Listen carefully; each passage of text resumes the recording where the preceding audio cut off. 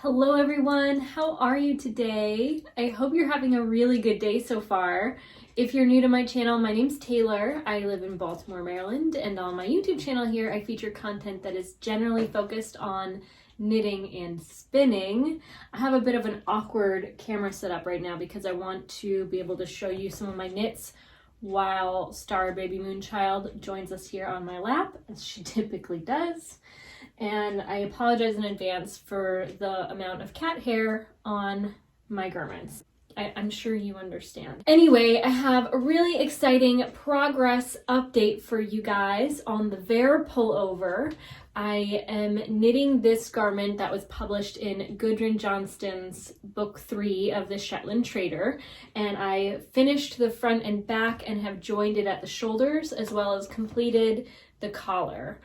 Next, I need to cast on the sleeves and eventually cut the steeks here. I feel like I have quite a deep yoke, but that is always my preference when knitting sweaters. I do like sweaters with deep yokes. So I don't know if my gauge is off or not. Of course I could remeasure it, but I digress. It is what it is, and I'm quite excited with how it's turned out so far. The only, I did make a single mistake here.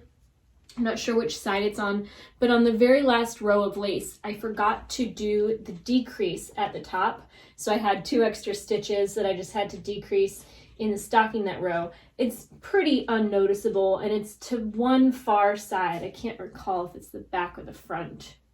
It might be this one here, which will eventually be under the armpit. So you can see that the lace goes into stockinette, and there's a little bit of detail, but it's so impossible to see. I don't feel like anyone's going to notice that I didn't do the decreases in that little spot. So I just moved forward. I believe in the pattern it has you just do a couple rows of stockinette between the lace and the colorwork, and I decided to add a few extra. I think it was only 4 or 5 rows of extra stockinette I added. And I did have to incorporate 3 extra colors into the colorwork portion of this design because I was playing a game of yarn chicken from my stash. And so I don't even know if you can tell. I mean, they pretty much play into the same color story. I'm gonna fold this in half so I can hold it with one hand for you. I incorporated this gray color here, and because I ran out of the mauve, I utilized this light orange color, which is one of my favorite colors by Jamieson & Smith. It gives a really nice gradient look. And then because I had such little of this and I couldn't repeat it for both of the small motifs, I incorporated a light pink color that was also similar to the mauve. It kind of sat between the gray and the mauve, so I went with that. And I also incorporated a mauve and kind of blue heather color that I had in my stash as well.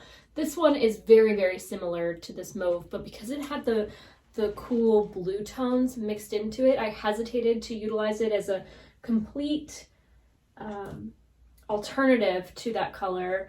And I really do like the gradient effect of the flower motifs. I feel like it makes it look very natural. But I do like that mauve kind of has its little pop in that row there. So I've finished the color work, as I said, and ready for the sleeves. If you follow me on Instagram, you probably saw my reel about choosing the wrong bind off for this collar.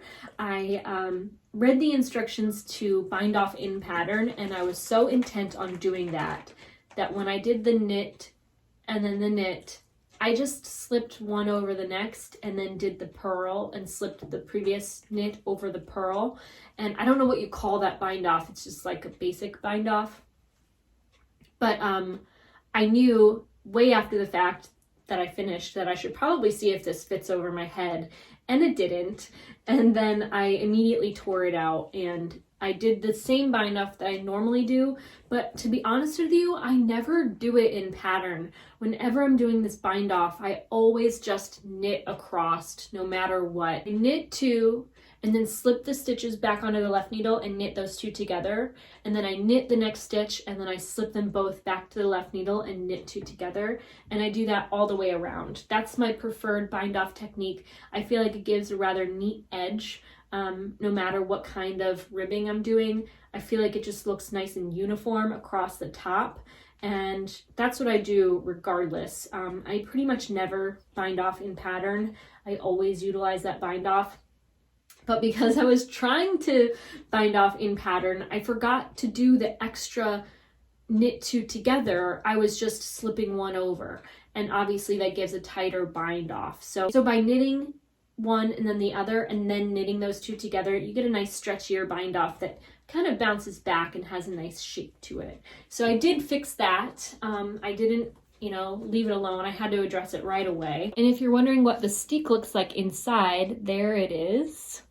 Nice and neat. This project is going to take a little bit of a back seat, as well as my Slipstravaganza, because I have a third project I'm excited to share with you guys, and I'm going to go into that last. We're going to have a brief update on the Slipstravaganza so that I can just get that out of the way. It has been one of my favorite projects to knit on because it's so easy now that the rows are so long. And goodness, I've stopped mid-row. I don't have it on a large cable needle. Boy, I really put this down, and I'm not even close to the end of one row to do that for you. But let's see if I can just stretch this out a little bit. At this point, this project is so large, I really should slip it onto much longer cable. But you can see that I'm almost done with this entire section here. I'm on the very last stripe before the final main color stripe. So I'm repeating this one here. And then soon I'll move on to the very next section of the Slipstravaganza. This is a project I've been knitting on for several weeks, so it might be familiar to you already. If you're new to my podcast somehow and you haven't seen any of my updates on this and you want to know more, I would just encourage you to watch one of my older podcasts, because I don't have anything exciting to share, except that I am really loving this project. I'm working on this with a lot of my own hand spun. The only thing that's not hand spun is the main color. It's a Barocco yarn that is a wool camel. I forget the blend of this yarn. Anyway, it's a commercial yarn. It's a blend of a lot of softness, and I'm really enjoying it. I'm also using a mohair silk held together with a sock kind of 4-ply fingering weight yarn, like a nylon blend yarn. And this is going to be really, really nice to wear in the spring, which is when I anticipate finishing this, if not by end of winter. The more exciting project I have to share with you, at least it's exciting for me, because I've not yet knit a pattern by this designer. This next project I'm really excited to share with you because I have been watching this designer for quite a while, and she posted a little teaser shot of this to Instagram, and when I saw that she was calling for testers, I immediately applied. I am really excited to work on this and to share with you guys. This is a pattern by Jessie Maed, and it is the Gr8 Gingham Pullover. It's worked from the bottom up, and it's a very, very simple colorwork design. So if you are new to colorwork, I very much would recommend this pattern so far. One thing that I want to touch base on is choosing the size for yourself. When I was choosing the size to knit for this pattern, and I personally sit, depending on the design, somewhere between extra small and small. And I never, ever, ever choose the size I intend to knit based on that, whether it's extra small or small. I always look at the finished garment measurement and decide, how do I want this garment to fit? So if you are looking at Jessie Maed's example of the pattern, hers is fitted very well. It's very, I don't know if there's negative ease to the bust on hers. I'm not even sure exactly which size. It might be noted, but I'm not sure exactly how much ease was incorporated into the one that she made, or if it's explicitly written in the pattern. but hers is quite form-fitting. And at the same time, the pattern notes that it's meant to be worn with about 3.5 to 8.5 inches of positive ease. Now, I personally, because I don't have a large bust and I have somewhat of a small frame, I typically don't choose patterns that have more than 4 inches of positive ease. It's just not a flattering fit for me. I kind of look like I'm swimming in my clothing, and it's not just that, because I actually really like loose fitting clothes. It's that when it gets to the waist, it feels like I'm wearing like a I don't want to be derogatory, but it feels like a tarp. Like it feels like not at all warm because there's so much of a draft around the waist, especially when it's cropped. So when I'm working cropped designs for myself, I am adding waist shaping or decreases to make it more of like a dolman sleeve type of look so that it draws in towards my waist. It only has about, you know, like the 4 inches of positive ease that I mentioned, more or less. It could be even more than that at the waist. So there's a couple modifications that I'm incorporating into this design. I completed my swatch and I began with a size down because I'm not sure why. I think I thought to myself, if it's sport weight, I might use size 5s, even if it's color work. So I began with a size 5 and then I went up to a 6, and I wasn't sure if I was going to meet gauge. So I went all the way up to a 7, which is 1 needle size larger than recommended for the pattern.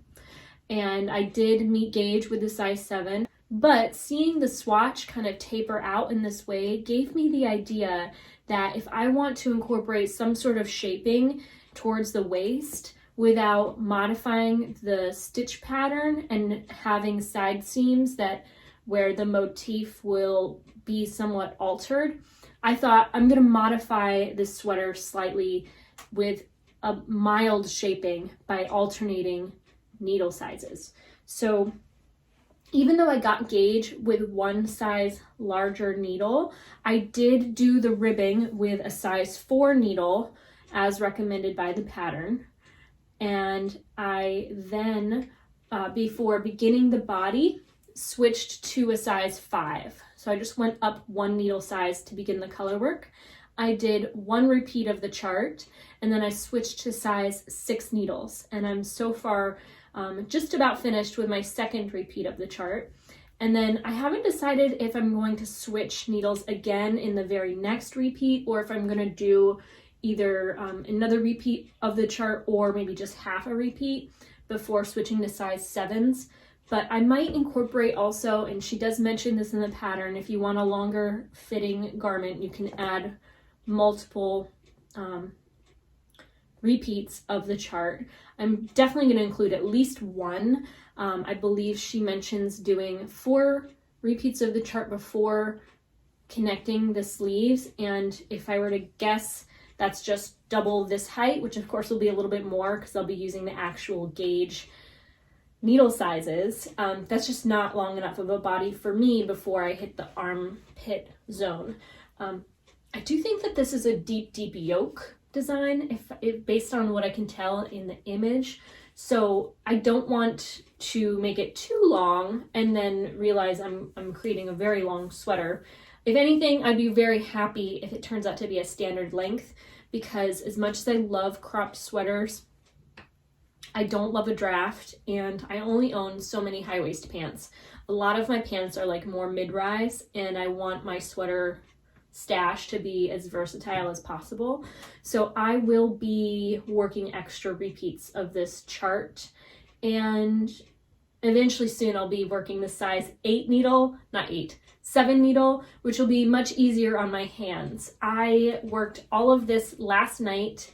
I cast on late in the evening, and I knit as long as I could until my hands really started to get fatigued. And I can say with each needle size I went up, it became easier and easier, just because the tension was a little less, difficult on the hands. So I'm really excited to continue working on this. It's a fast growing project. You might be wondering what yarn I'm using, and I'm excited to state that I'm using basically 2 sweater quantities of yarn that I've mentioned in my recent video, Top 10 Yarns to knit this year. And I'm working with the Verdant yarn by Abundant Earth Fibers in the gray color, the dark gray color. And boy, this yarn is super, super soft. And I'm excited to be working this project with a tight gauge because I know that this yarn has a tendency to pill. And the light gray color is the sport weight yarn from Elsa Wool in the Woolen Spun yarn. They have both worsted and woolen spun yarn on their website. But I happen to have a sweater quantity of sport weight, which is what this pattern calls for. So I'm already using a contrast, I guess this is the main color, that's slightly heavier than what the pattern calls for. And I'm using needles that are smaller to add that shaping. So it can be hard on the hands to use a heavier weight yarn with a smaller gauge needle, but it's just for a short while so that I can just bring it in a tiny bit at the waist. I do intend to add a second modification. Let me think. Oh, there's one more minor modification I made. The pattern calls for twisted rib. I love twisted rib, but I have a personal preference for twisted rib when I'm knitting a body that's stockinette because I feel like it adds some bit of a textural interest to the garment. Having a twisted rib with a stockinette body makes it a little less basic. But because of the colorwork pattern and I guess it's like a basic pattern, but it's also quite striking. I wanted the attention to not be diverted from that, and I didn't want to incorporate texture in the ribbing. I wanted it to be a very basic rib going into a basic colorwork chart, but a rather interesting one. So that was the first modification. Second modification was alternating needle sizes of beginning with 4, 5, and then 6, and eventually size 7. And then the third modification I'm making with this pattern is it doesn't have written in it, I keep dropping stitches, but the pattern does not have written any kind of shoulder or neck shaping. I think that for simplicity, it is simply, I don't know, I haven't gotten there, but it was confirmed there's not shaping at the neck. And so what I intend to do, because I really, I mean, I've been knitting for about 7 years now, more or less. I've knit a lot of garments, a lot of sweaters, and I feel comfortable modifying patterns as I have done plenty of modifications in the past. This is going to be my first time modifying the neckline of a sweater. I plan to incorporate the skill set I developed working the Vair pullover, and just like in this design, which I didn't go into detail yet in this video, I just posted the other day a steeking video where I went into detail about the construction of this collar. Essentially, in this design, Gudrun instructs us to cast off a number of stitches for the bottom collar, and then once we work around again to the front once more, we cast on stitches for a steek.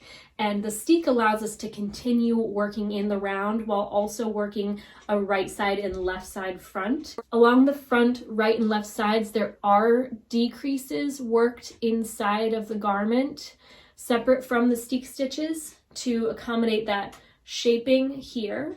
And then there were a couple rows of just the main color worked with short row shaping to give it a little bit of a angle where the front and back sides meet before, creating the collar. So I'm going to incorporate in Jessie Maed's design the same technique of, I don't know, let's just say I get to the top here where it's the collar, and let's assume that this white row column, let's assume that this front white column is the center. I might cast off about 15 stitches at the crew neck bottom, and then in the following round incorporate a steek, and then along the sides of the steek incorporate decreases to work the front right and left sides.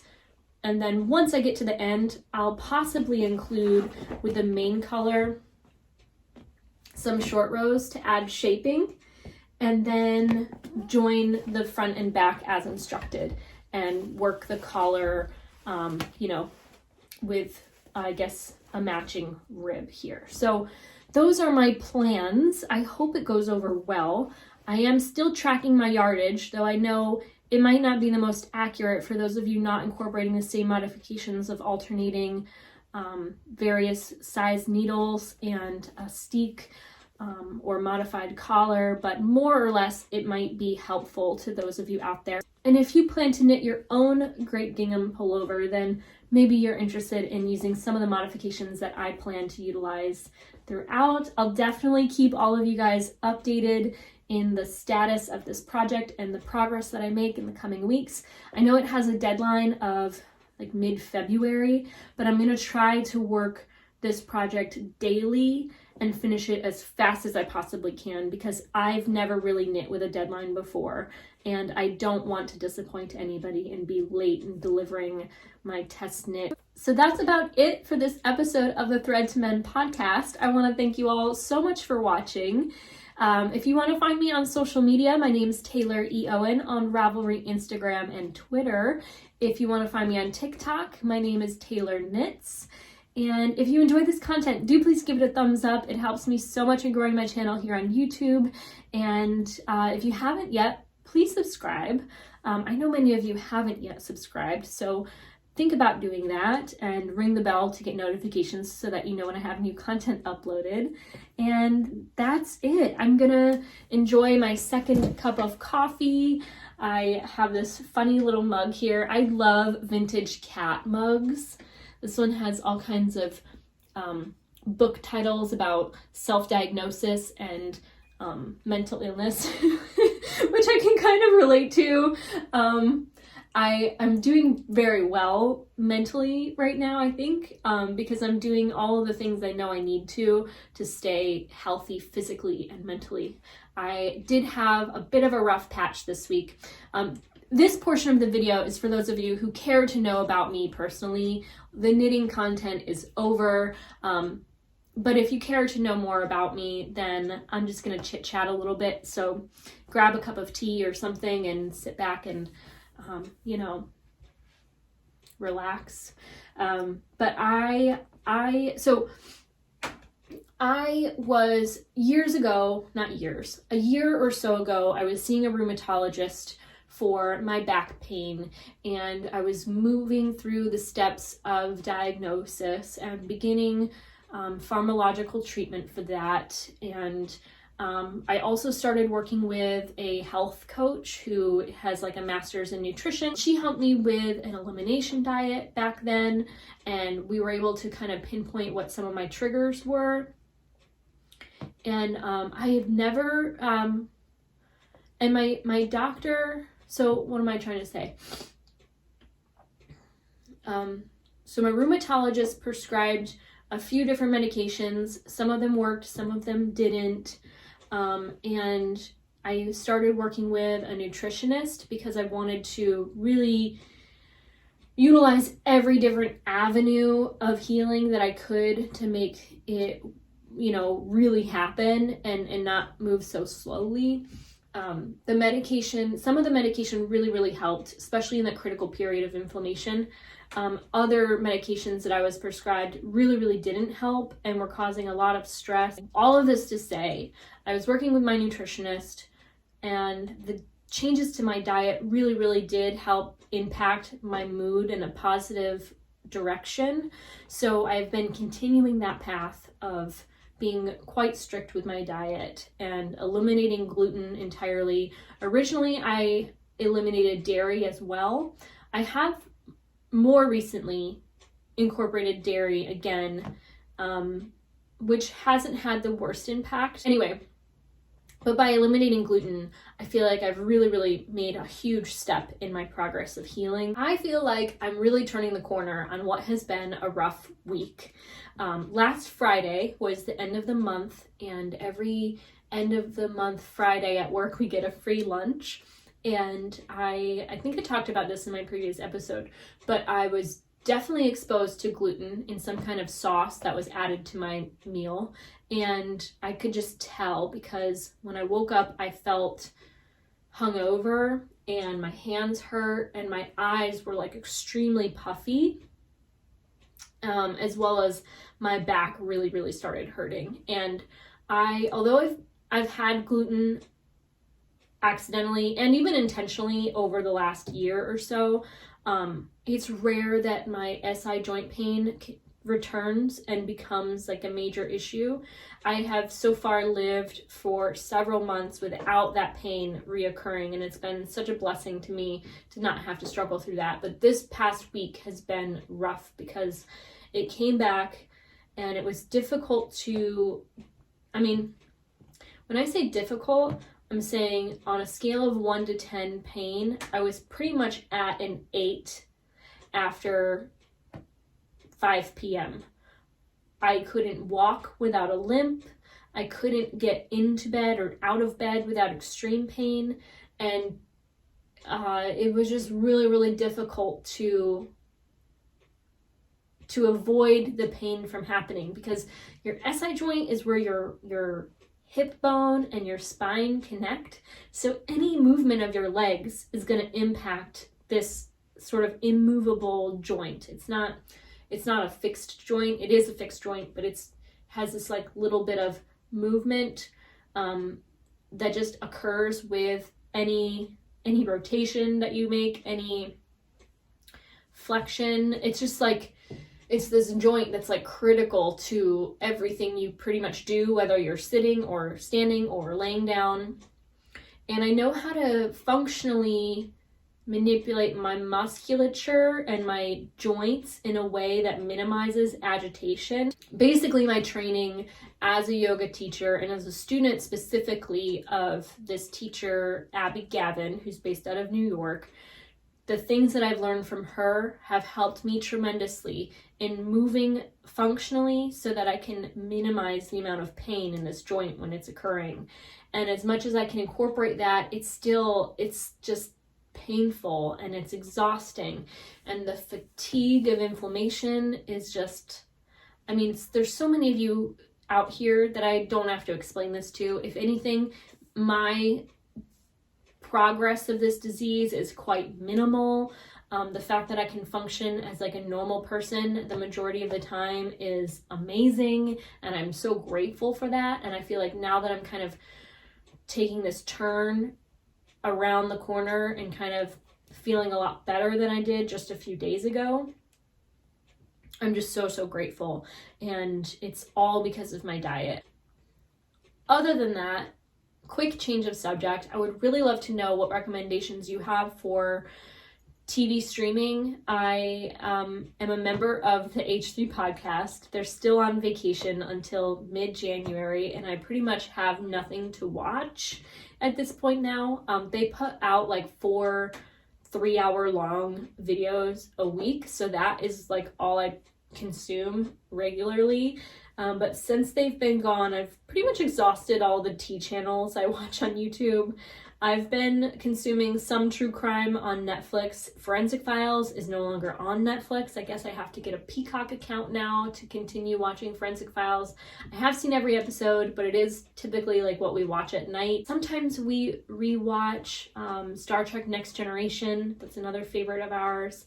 But I would very much love to know what your TV recommendations are, because I'm really running dry. And I know that there's probably some great British crime stuff out there, or maybe historical British television. That's the kind of thing I'm into. Any recommendations you have, I would love to know. I'm really excited to garden again soon. It's only the beginning of January. I told myself I wouldn't start any seeds until February this year. I think that I'm going to try planting more peppers in containers, because they really did quite well, and I don't think that they suffered for that. If anything, I can probably fertilize them more and give them the type of fertilizer that they most benefit from without bothering any other plants, because I think that they're like an acid loving plant, if I'm not mistaken. I actually don't really use fertilizers in the garden at all.